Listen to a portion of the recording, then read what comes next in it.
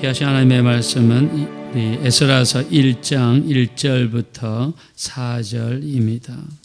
네, 반갑습니다. 우리 지난주 금요일부터 해가지고 우리 새벽 예배가 없다가 이제 어제 저녁에 도착을 했습니다. 그래서 또 하나님의 은혜로 우리 캐나다 토론토는 여기하고 13시간 차이가 나거든요. 그래서 거기 가면 낮이고 또 여기 오면 뭐 밤이고 밤낮이 완전히 바꿔집니다. 근데 감사한 거는 갈 때가 낮 시간이었는데 또 비행기에서 또 잘 자게 해주셔가지고 바로 시차를 적응을 어떻게 하게 되더라고요.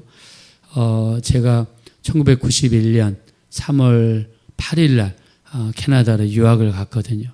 근데 그때는 시차 적응하는데 한 달이 걸렸습니다. 왜냐하면 낮에 자면 안 되는데 낮에 자버리니까 적응하는데 한 달이 걸렸는데 이번에 하나님의 은혜로 비행기에서 그냥 아주 최대한 잤습니다. 거기 활동하는 시간이 이제 오전이니까 그랬더니 또 바로 적응이 되더라고요. 그래도 어제 저녁에도 와가지고 잠을 못 잘 줄 알았는데 또 하나님이 또 잠을 주셔가지고 잠을 잘 잤습니다.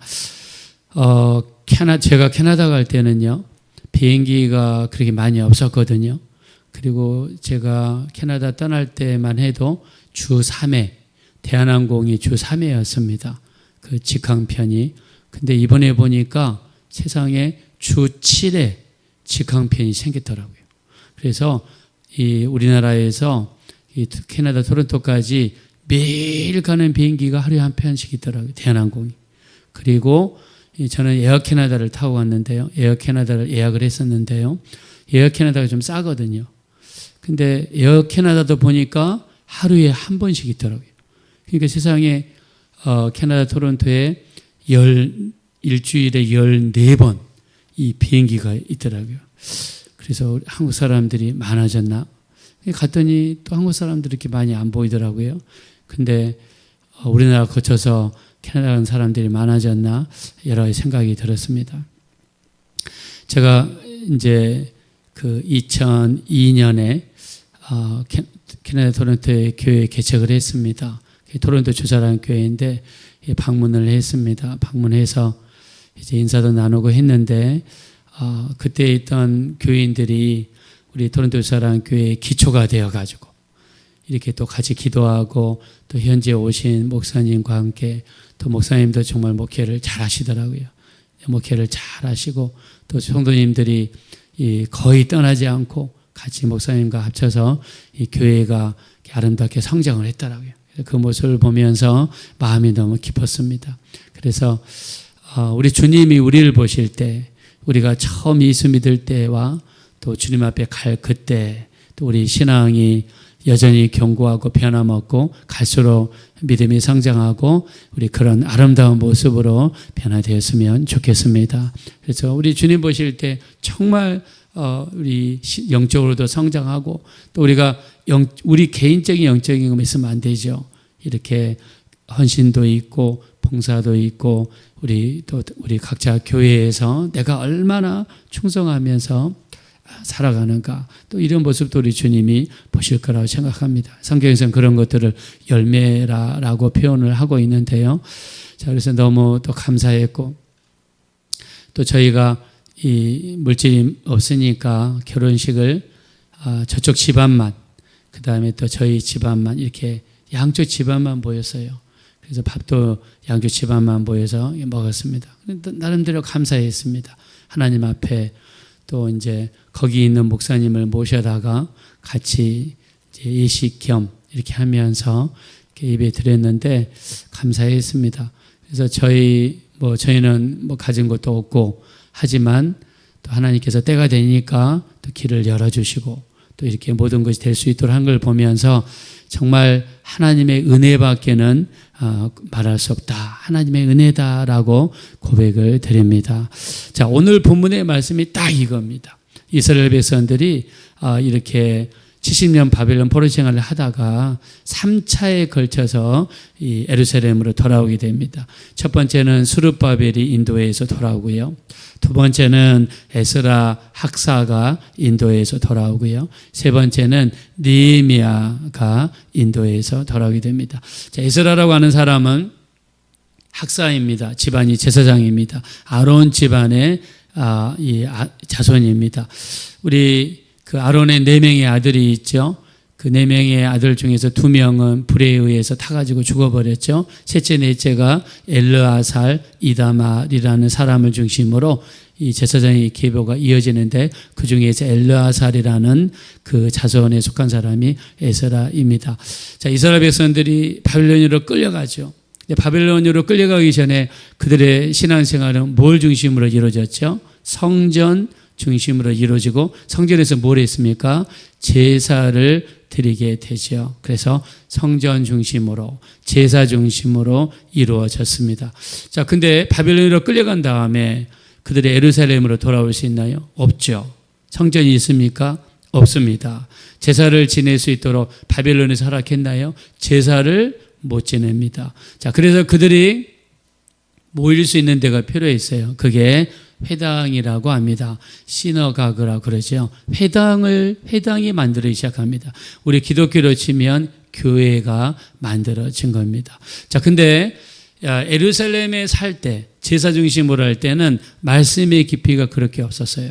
근데 바벨론으로 끌려가고 회당을 만들어서 회당을 중심으로 해서 이제는 회당에서 제사를 못 지내죠. 그들이 할 수 있는 것은 예배를 집중하게 되고 말씀을 집중하게 됩니다. 그래서 바벨론 포로로 끌려갔지만 여기에 영적인 비밀이 숨겨져 있어요. 어떤 거냐? 이 예루살렘에 있을 때는 공동체 전체가 모여 제사 중심으로만 신앙생활을 했다 그러면 바벨론으로 끌려가서는 개인적으로 말씀을 읽게 되고 묵상하게 되고 말씀을 연구하게 되고 그리고 모여서 예배드리는 예배 중심이 되면서 말씀과 기도가 강해지기 시작하고 개인적인 영성이 증가되기 시작했습니다. 자, 우리 어떤 게 우리 영적으로 도움이 될까요? 회당에 모여 말씀 중심으로 예배 중심으로 살아가는 그런 모습이 더 우리 영적으로는 더 도움이 되는 거겠죠. 자, 이런 과정 속에서 은혜를 받은 사람이 누구냐? 에스라라고 하는 사람입니다. 에스라는 말씀 중심으로 말씀에 들어가서 예배 중심으로 기도 중심으로 하다가 은혜를 받게 되고요. 말씀을 깊이 들어가게 되고요. 하나님과 깊은 영적인 교제가 이루어졌습니다. 우리도 예배와 기도와 말씀을 통해서 영적인 깊이가 증가되어야 될 줄로 믿습니다. 자, 이런 삶을 살았던 사람이 에스라예요. 그래서 에스라는 두 번째 이 예루살렘으로 돌아올 때 지도자가 되어서 예루살렘으로 돌아옵니다. 자, 돌아온 다음에 무슨 운동을 일으키냐? 두 가지 운동을 일으켜요. 첫째, 회개 운동을 일으킵니다. 우리가 에스라서 9장과 10장에 이제 앞으로 볼 텐데요. 이들이 돌아와서 어떤 운동을 일으키냐면 철저하게 회개 운동을 일으킵니다. 하나님께 돌아갈 수 있는 유일한 방법은 회개밖에 없습니다. 우리 죄를 회개하고 죄를 내려놓고 내가 잘못했습니다. 그리고 우리 속에 있는 더러운 것들을 비우는 거죠. 우리 마음은 하나님의 축복을 받을 수 있는 그릇이지 않습니까? 회개는 우리를 깨끗하게 하고 영적인 것을 비우는 것입니다. 그래서 이 에스라 학사는요, 돌아오자마자 첫 번째 강력한 회개의 역사를 일으킵니다. 심지어 에스라서 10장에 보면 어떤 일이 나오냐면요, 바벨론에 살면서 이방 여자랑 결혼을 했을 거 아니에요. 물론 같은 유대인들끼리 결혼한 사람도 있지만 이방 여자랑 결혼해서 그 자식들이 태어났어요. 근데 어떻게 회개하느냐? 그 이방 여자들과 자식들을 다시 바벨론으로 돌려보냅니다. 왜요? 결혼은 유대인들만 하게 돼 있으니까 유대인들끼리만 하게 돼 있는데 거룩하지 못하게 살았던, 말씀에 불순종했던 세상의 이방 여인까지 돌려보내는 이 정도까지 결단하면서 회개합니다. 어떻게 보면 무섭기도 하고 어떻게 보면 무정하기도 하고 어떻게 보면 대단하기도 하죠. 말씀대로 살지 못한 그 자기들의 혈육을 쳐내면서까지 회개합니다. 느헤미야 8장에 가서는요, 이제 말씀의 운동을 일으킵니다. 우리가 느헤미야 8장은 수문학 광장에 모여서 새벽부터 정오까지 말씀을 들을 수 있는 모든 남녀노소를 불러다가 말씀을 읽고 말씀을 듣고 회개하고 말씀을 상고하는 그런 모습을 봅니다. 그래서 이스라엘을 재건하기 위해서 첫째 회개 운동을 일으켰다. 그리고 말씀의 운동을 일으킨 사람이 바로 이 에스라입니다. 자, 에스라는 이스라엘 백성들을 어떻게 하든지 말씀으로 돌아오게 만들고 싶었어요. 그래서 우리가 나라가 어떻게 해서 멸망했는가? BC 722년에 북쪽 이스라엘이 멸망하고 남쪽 예루살렘은 BC 586년에 멸망하게 됩니다. 우리가 왜 멸망했는가? 그 이유를 설명하기 위해서 역대상을 기록하고 역대하를 기록하죠. 우리가 역대하 앞에서 읽었던 36장, 마지막 왕이 시드기야 왕이죠. 시드기야 왕이 11년 동안 집권하면서 하나님 앞에 돌아와야 되는데 여전히 불순종하고 우상을 숭배하고 말씀을 듣지 않습니다. 하나님이 예레미야 선지자를 보내십니다. 우리 여러 선지자들을 보내십니다. 또 느부갓네살 왕을 통해서도 말씀하십니다. 근데 끝까지 말씀 듣지 않습니다. 말씀 불순종합니다. 우상을 숭배하고 불평하고 원망합니다. 우리 이스라엘 백성들이 애굽에서 나오자마자 바로 가나안 땅으로 갈 줄 알았어요. 그래서 가데스 바네아에서 정탐꾼들을 보냅니다. 정탐꾼들이 가가지고 40일 동안 정탐합니다. 근데 돌아와서 어떻게 얘기합니까? 민수기 13장 31절부터 33절에 우리는 그들을 점령하지 못한다. 그들은 우리보다 강하다. 그들은 네피림의 후손인 아낙 조손이다. 우리는 우리가 보기에도 메뚜기 같다 하면서 스스로 폄하하고 하나님을 원망하고 불평할 때 하나님이 뭐라 말씀하십니까? 민수기 14장 34절에 정탐한 날수의 하루를 1년으로 계산하여 40년 동안 광야에서 생활하게 되리라고 그래요. 만약에 가데스 바네아에서 정탐하고 와서 불평하지 않고 원망하지 않고 여호수아와 갈렙처럼 우리가 정탐한 땅은 심히 아름다운 땅이라 하나님이 우리를 기뻐하시면 우리를 그 땅으로 인도하여 들이시고 그 땅을 우리에게 주시리라. 하나님을 거역하지 말라. 그들을 두려워하지 말라. 그들은 우리의 밥이라. 하나님께서 그들을 우리 손에 붙여 주시리라. 할렐루야. 만약 여호수아와 갈렙처럼 이런 고백을 했더라면 지킹하는 겁니다. 가나안 땅으로 그냥 지킹하는 거예요. 40년 동안 물이 없어서 음식이 없어서 그 덥고 춥고 한 곳에서 고생할 필요가 없는 거예요. 근데 왜 이스라엘 백성들이 40년 동안 고생했습니까? 불평해서, 원망해서, 하나님을 원망하고 하나님을 불평하고 하나님 하신 말씀을 신뢰하지 못하고 그리고 자기의 고집과 아집을 따라 사니까 결국에 40년이 늦춰지는 거예요. 왜 이스라엘 백성들이 70년 동안 바벨론 포로의 생활을 해야 됩니까? 우상 숭배하고 음행하고 하나님을 시험하고 그리고 불평했습니다. 여기에 대한 내용이 우리 고린도전서 10장 7절부터 11절입니다. 어떤 사람들처럼 하지 말라. 이 내용이 네 가지가 나와요. 첫째, 우상을 숭배하지 마라. 두 번째, 음행하지 마라. 세 번째, 주를 시험하지 마라. 이거는 우리 민수기 21장에 나온 내용인데요. 에돔 땅을 직행하려다가 허락을 하지 않으니까 뺑 돌아가게 됩니다. 그러면서 하나님을 불평하고 원망하고 음식을 불평하고 원망하고 그때 하나님께서 불뱀을 보내게 되죠. 성경에서는 이거를 주를 시험했다고 합니다. 뱀이 나와서 돌아다니면서 사람을 물고 죽게 됐습니다. 이게 세 번째 죄예요. 네 번째, 하나님을 원망하다가 멸망시키는 자에 의해서 멸망을 당했습니다. 이스라엘 백성들이 70년 동안 바빌론 생활할 수 있는 이유는 하나님의 말씀에 첫째는 불순종하는 겁니다. 그리고 불평하고 원망하는 겁니다. 그래서 우리가 불순종하는 그 죄가 얼마나 무서운가? 불평하고 원망하는 죄가 얼마나 무서운가? 여러분 입에 하루 종일 살아가면서 내 입에서 감사가 많이 나오십니까? 아니면 불평과 원망이 많이 나오십니까? 아니면 다른 사람을 판단하는 것이 많이 나오십니까? 이 불순종의 죄는 불평과 원망의 죄는 이스라엘 백성들을 광야에서 40년 동안 더 머물게 만들었어요. 바벨론 포로로 끌려가서 70년을 고생하게 만들었어요. 그래서 에스라는 이런 이야기를 하고 싶은 겁니다. 우리가 하나님 말씀에 불순종하는 삶, 그리고 불평하고 원망하는 삶이 얼마나 무서운가. 그렇지만 때가 되면 역사의 주인공은 누구십니까? 하나님이죠. 역사를 영어로 히스토리라고 그럽니다. His story. 그분의 이야기라는 뜻이에요. 그분이 누굽니까? 역사를 주관하시는 하나님이 역사의 주관자세요. 때가 되면 길을 열어주시고, 때가 되면 돌아오게 하시고, 때가 되면 이방의 왕이었던 고레스 왕을 쓰셔서라도 우리의 길을 열어주시는 분인 줄로 믿습니다. 인생 하복, 생사하복을 주관하시는 하나님이세요. 우리는 그분의 은혜로 살아가는 것입니다. 하나님을 기쁘시게 하면 잠언서 16장 7절이죠. 그 사람의 원수와도 더불어 화평하게 하시는 분이 하나님이십니다. 이 말은 우리가 하나님을 기쁘시게 하면 하나님은 누구를 통해서라도 우리를 도와주시고 길을 열어주시고 축복해 주시는 하나님이 되시는 줄로 믿습니다. 오늘 성경에서는 하나님이 때가 되니까 고레스라는 왕을 쓰셨다는 것을 이야기합니다. 자, 우리 한번 1절 말씀입니다.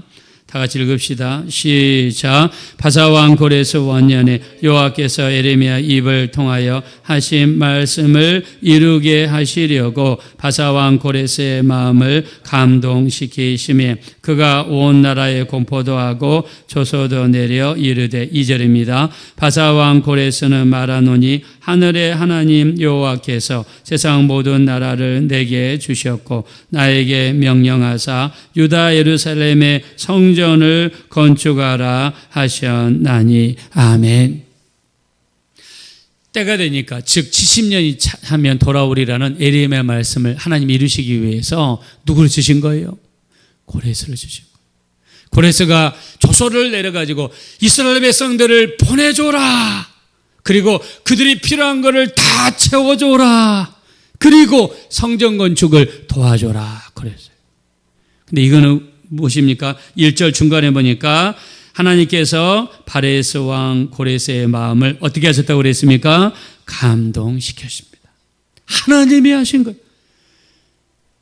그들이 70년 동안 그 고생하고 나라를 잃은 서러움 속에 살 때 예루살렘의 자력으로 돌아왔나요? 독립운동을 해가지고 이겨서 돌아왔나요? 그들이 군대를 많이 만들어서 싸워가지고 돌아왔나요? 아닙니다. 하나님이 고레스의 마음을 감동시키셔서 고레스가 말 한마디 하니까 이런 일들이 이루어졌습니다. 이스라엘 백성이 예루살렘에 돌아올 수 있었던 것은 전적인 하나님의 은혜였음을 고백합니다.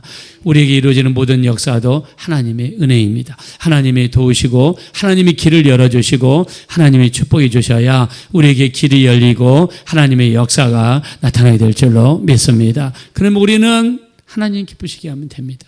오늘 여러분들 새벽 예배에 나오신 것처럼 하나님을 기쁘시게 하면 됩니다. 정말 우리 예배를 통해, 기도를 통해, 신앙시간을 통해 하나님을 기쁘시게 하는 귀한 성도님들 되셔서 하나님의 은혜가 여러분 가정에 차고 넘치셔서 하나님의 도우심으로 충만하게 되시기를 예수의 이름으로 축원합니다. 이 시간 기도하실 때 하나님의 은혜로 살기 원합니다. 하나님의 도우심으로 살기 원합니다. 우리의 예배생활, 기도생활, 말씀생활이 하나님을 기쁘게 해드릴 수 있는 복된 신앙생활 감당할 수 있도록 인도하여 주시옵소서.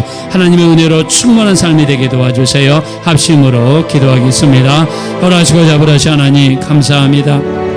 이스라엘 백성들이 이렇게 돌아올 수 있었던 것은 하나님의 은혜였습니다. 하나님이 도우셨고 하나님이 붙들어 주셨기에 그들이 돌아올 수가 있었습니다. 우리의 신앙생활도 하나님의 은혜로 살기 원합니다. 우리 하나님 도와주십시오. 우리 하나님의 은혜 없이는 우리는 아무것도 할 수 없습니다. 오직 하나님을 기쁘시게 할 수 있는 삶을 살기 원합니다. 예배 생활을 통해, 기도 생활을 통해, 말씀 생활을 통해서 하나님 기쁘시게 해드릴 수 있는 복된 신앙생활 감당할 수 있도록 우리 하나님 역사하여 주시옵소서. 그러하시 하나님 감사합니다. 이스라엘 백성들이 그 어렵고 힘들었던 바벨론 포로 생활을 마치고 돌아올 수 있었던 것은 하나님께서 고레스의 마음을 감동시켜 주셨고 그의 마음을 주장하셔서 그가 명령하였기 때문에 그들이 돌아오게 되었습니다. 이 모든 일의 근원은 하나님이시요 하나님의 은혜임을 이 시간에 고백합니다. 우리도 우리 하나님 은혜로 살기 원합니다. 우리의 예배와 기도, 신앙생활이 하나님을 기쁘게 해드릴 수 있는 귀한 신앙생활이 되게 도와주시어서 하나님의 은혜가 각 가정에 넘치게 도와주시옵시고 안 되는 것이 되게 하시고 문제 어려움들이 물러가게 도와주시고 우리의 소망들이 주 안에서 하나님의 은혜로 이루어질 수 있도록 축복하여 주시옵소서. 오늘 하루를 주님의 손에 의탁하오며 존귀하신 예수님의 이름으로 기도합니다. 아멘.